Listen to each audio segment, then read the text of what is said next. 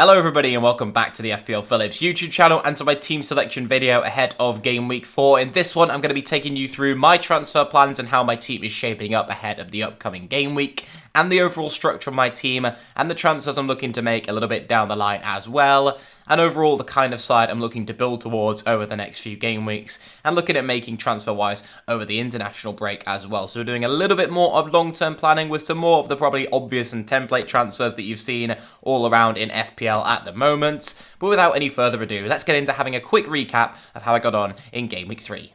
And just quickly, before we get into talking some FPL, I did want to mention the FPL Phillips Discord server, which you can see kind of is in the link down below in the description beneath me, is now free to join. Well, it always has been free to join, but it's something that I don't think too many people watching the videos are aware of. So if you do want to ask me some questions, you can do so in the comments of any YouTube video. I've replied to every single comment over the last 6 videos or something, so you can always keep doing that. But if you want to be engaged with a more active FPL community, perhaps if I'm a little bit more busy and don't have time to get back to some of your comments, then you can always ask your questions over on the Discord, where I'm active and loads of other happy and engaged FPL managers are active as well. It's a really great community. I'd recommend joining. You can do so via the link in the description. But enough of that. How did I get on in Game Week 3? Overall, 48 points, which was a little bit underwhelming. But I suppose I have to be a little bit forgiving of some of the players over the first 2 game weeks who did come through for me and ended up with me inside the top 100k were kind of the ones who let me down. I'm looking at Matoma, I'm looking at Estupinian, and I'm looking at Mbumo. But the rest of the side did relatively okay, just knowing none of those double-digit hauls that were going to be enough to kind of scrape a grey or green arrow for this game week. So overall, I'm not too disappointed. If Chilwell had put away that chance in the first game of the game week, then maybe I would be sat on a green right now, but him and Jackson are pretty highly owned. So overall, nothing too important to note from this side, really. What's more important is looking towards the future, and let's get into having a look in that vein towards Game Week 4 and how my team is shaping up.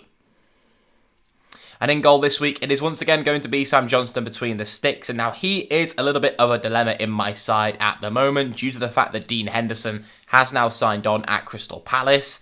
That's going to be a little bit of a worry, probably further down the line. But for now, I'm very happy to keep Johnston. And for this game week, I'm definitely going to be keeping him and starting him.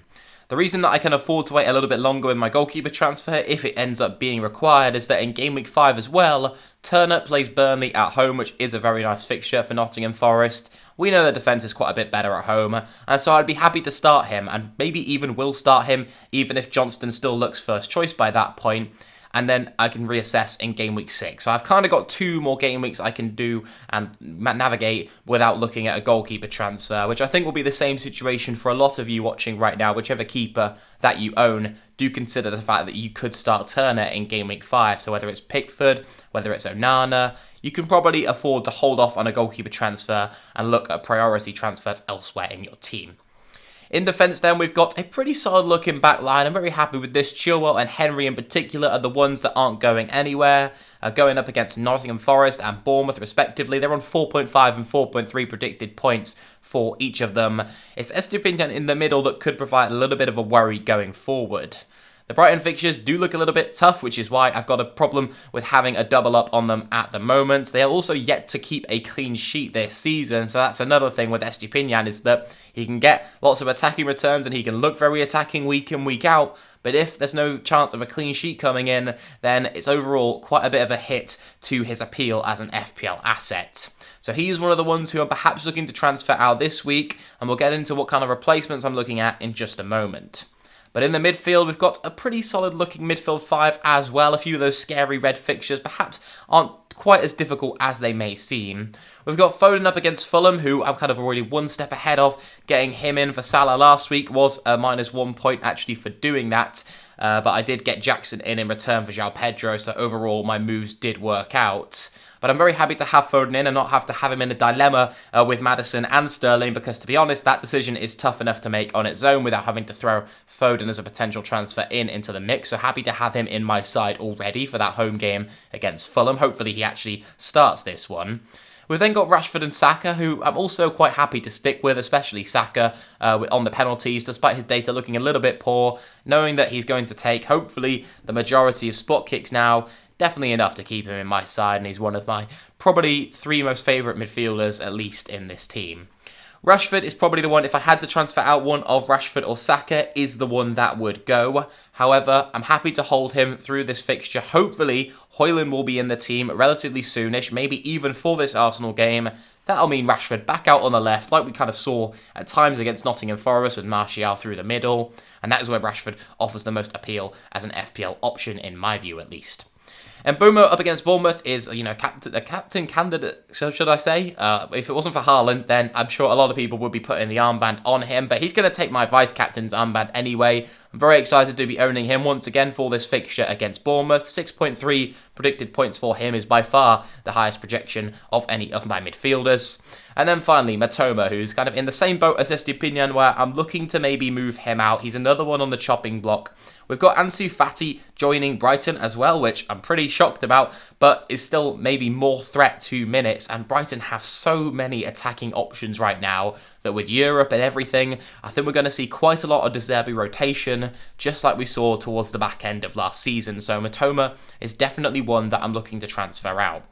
What makes me maybe a little bit hesitant this week is that the two fixtures against Newcastle and Man United up next aren't necessarily the worst in the world. If Newcastle are without Botman, especially for this weekend, I could see them conceding a few goals. The Brighton points just are shared quite a lot around the attackers, and when there are other midfield options I can move to with much stronger fixtures on paper over those next 2 game weeks, it seems imperative that I really need to make a midfielder transfer and try and jump on one of these options who are looking really promising. But before we get into those transfer plans, finally we'll round off the team with the forwards, who are Erling Haaland and Nicholas Jackson, so nothing of note really to discuss there. I'm obviously going to be captaining Erling Haaland this week. Down on the bench is where there could be some transfer activity, however, with Gabriel still hanging around in my 15 for some reason. So if I were to make a defensive switch this week, it's probably not going to be Estepinian who actually leaves. I would rather just bench Estepinian, maybe even for 2 weeks, and start him in the nice game against Bournemouth in a few weeks' time. The main priority, if I make a defensive change, will be just to get rid of Gabriel, and we'll get into who in just a moment. But I only have the 1 free transfer, so if I do want to make the 2 switches that I'm looking at in a defensive move and a midfielder move, then I'm going to have to take a -4. 3.8 million in the bank, so money is kind of no object to play with at the moment. And yeah, let's get into having a look at which of my transfer plans I'm going to be going with. And now if I do go with the defensive change, obviously as mentioned, Gabriel would be the one leaving, and it's got to be Destiny Udogie who does come in for me. He's got Burnley and Sheffield United in the next 2, and overall is just a step to getting the ideal defence that I want in my FPL side at the moment. And now if you saw my videos earlier in the week, you might have already seen this defence, but this is basically what I'm aiming to have in my team in a few game weeks' time. And my main dilemma is basically, do I want to stick with this and go with Estepinian, despite the fact that this rotation basically means playing him only once over the next 6 game weeks, or do I just want to cut Estepinian loose entirely, not take the risk, and not have him on the bench at points at all? So basically, that's going to be the dilemma. However, I think for now, with Gabriel in my team, I don't have to be forced into that decision. I could even sell Estepinian maybe after game week 6 and game week 7 once I've given him the Bournemouth fixture. But for now, you can see in game week 4, the 3 that you play from this rotation system are a Chelsea defender, so I've already got Chilwell, a Brentford defender, I've already got Henry, and then a Tottenham defender. So bringing in Udogie would be the one for this week. And then next week, I'd have maybe a little bit of a benching dilemma again. But the good thing is that even though Henry has got a tough fixture and Estepinian's got a tough fixture, Udogie next week has another strong fixture. So he's another one that I'll be happy to start in my 11 for next week. So whether he comes in this week or comes in next week, I think Udogie is going to be coming into my side relatively soonish. If I can make a few more transfers surrounding my defence as well, maybe just one more change, I could afford to bench Udogie through that game against Arsenal in game week 6 and Liverpool in game week 7, although I'd maybe be even happy to start him with his attacking threat against the Reds. But overall, yeah, if you hadn't seen this defender rotation system, this is the kind of thing I'm aiming for. It's going to be this with Matty Cash, or maybe even Trippier or another Newcastle defender as that kind of 5th asset. But overall, that core 4 is something I'm very happy with, especially the 3 of Chelsea, Spurs and Brentford. And then I've just got to weigh up over the next few game weeks, perhaps, giving my time and that Bournemouth at home fixture in game week 6 to decide on Estepinian and whether I'll be holding on to him. And the other transfer plan then that I'm looking at is going to be Matoma to James Maddison. So it's both Spurs assets who I'm weighing up and bringing in this week, the two most popular ones that people will be bringing in FPL at the moment. And quite rightly so, I really like the look of James Maddison. And before I come to my conclusions on why I'm going for him, I'm sure a lot of you might be asking, why would I go for Maddison and not for Raheem Sterling? Well, my way up on the two is as follows, basically. It's that Maddison is on set pieces, Maddison is going to be a more consistent asset, and also that maybe I don't want to double up on Chelsea just in the short term. I think that we do have some recency bias somewhat with that Luton fixture. That is obviously a very, very nice game for any side. Spurs even, in fact, have that game coming up themselves in a number of game weeks' time. So overall, even though Arsenal and Liverpool are two tough fixtures for Maddison, I'm very happy to hold him and look long term. If the rest of my team was looking fantastic and maybe I was just looking to a player to hold for a few weeks rather than long term, I would jump on Sterling. But right now, with the shape of my team, I'm looking for an asset who I can hold for a substantial number of game weeks looking into the future. And I think Maddison is the pick for me there. I mentioned how I want to make a few defensive changes. And overall, I think I trust Maddison long term with that set of set pieces, with kind of the less competition as well. Now that Palmer's going to join Chelsea, I think Sterling might have a little bit of competition. But overall, I think Maddison is just the one that my gut and my head are probably both leaning towards. So I have Jackson in my team. I already still have a little bit of Chelsea cover for if they do really well. But I want a Spurs asset in my team, and Maddison just seems to be the one to own right now.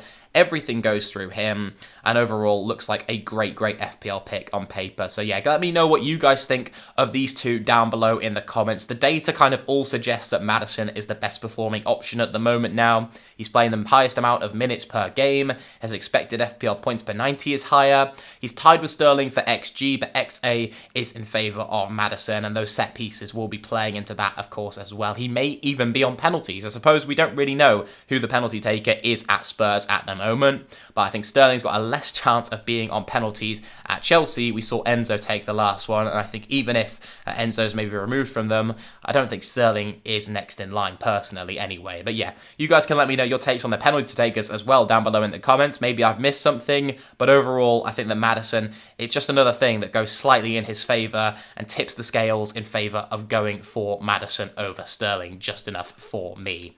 So yeah, that is my reason for going for Maddison and that move.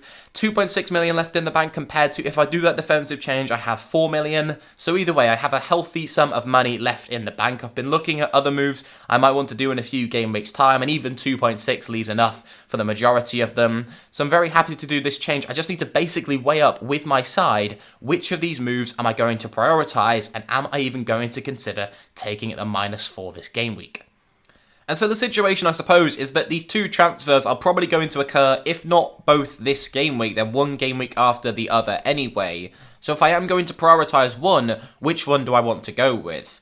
Well, I don't think that and Spurs in general are going to keep a lot of clean sheets this season. The clean sheet odds for them in game week 4 are only that they're at a 31% chance. It puts them 10th in the rankings. And although they are above Brighton, who have a 22% chance of a clean sheet, I don't think that I should be weighing too much on that appeal of the clean sheet away at Burnley for Tottenham.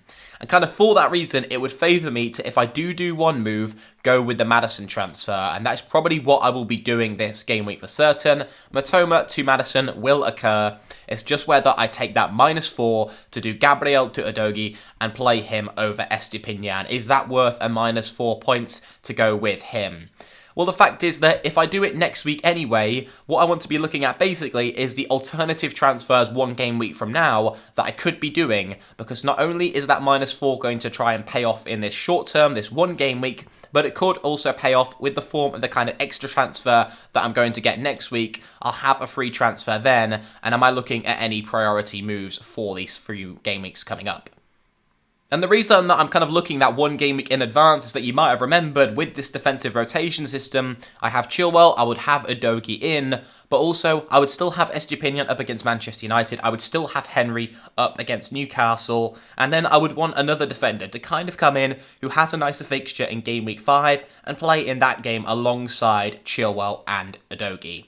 Now, I know a lot of people might not be willing to load this many funds maybe into their defensive backline, might even just be happy to stick with a Kabore and start Estepinian in that fixture, maybe start Rico Henry in that fixture as well. But ideally, there could be another defensive change I'm looking to make. It could still be Matty Cash for that Crystal Palace at home fixture, which I do think is quite nice. I don't think Palace have been looking like too much of a goal threat so far this season at all, and we know how good Villa have looked, and we know with Matty Cash now potentially playing in this right wing-back role for a bit more of a long-term period, he could look like a seriously dangerous option. So it could give me the opportunity to get in this defensive system entirely locked into my side by game week 5, and then just focus my transfers on the kind of front end of my team, maybe even the goalkeeper in game week 6 if that's where it's required, and overall gives me a little bit more breathing room by taking a slightly more painful hit in the short term.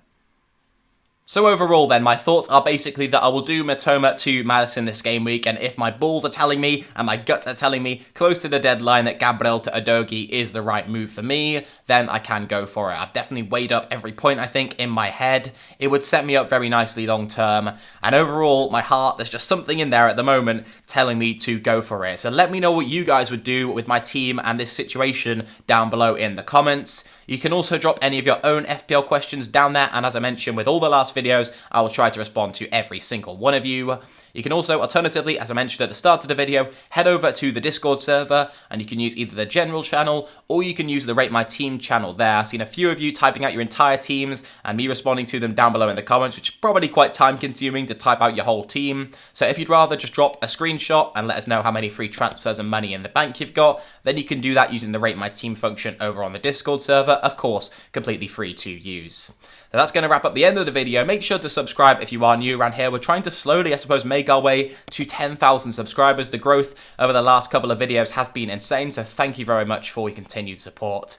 And make sure to drop a thumbs up on the video to help me out with all that YouTube algorithm stuff if you did enjoy it. But with that, I'll wish you a happy rest of your day. I'm not going to see you before game week 4, so I'll also wish you the best of luck for this upcoming game week.